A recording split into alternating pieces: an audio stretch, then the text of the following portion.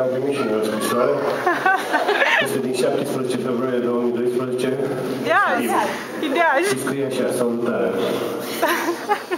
Îmi cer scuze că deranjez, dar aș avea o rugăminte la formația Direcția 5. Rugămintea mea este următoarea. Este posibil ca înainte să cântați piesa Îți mulțumesc, Cristi Enache, să dedice această piesă pentru Andreea și Silviu. Sunt aici, nu? Au venit, da? Deoarece această piesă este melodia cuplului nostru și sunt sigur că o să o fac foarte fericită pe iubita mea.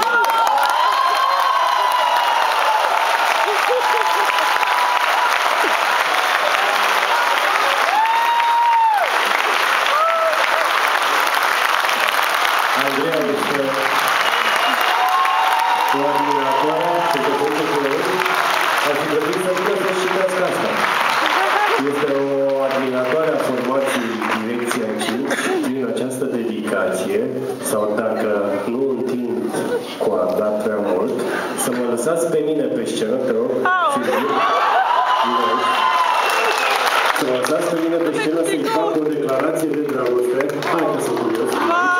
Și să dedic această piesă. Vă mulțumesc, Silviu Manea îl cheamă. Vă așteptăm!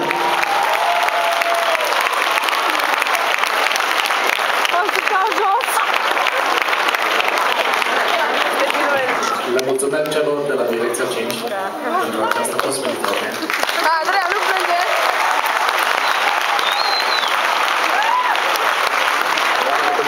Să-i dedic piesa cuplului nostru, Andrei, Îți mulțumesc.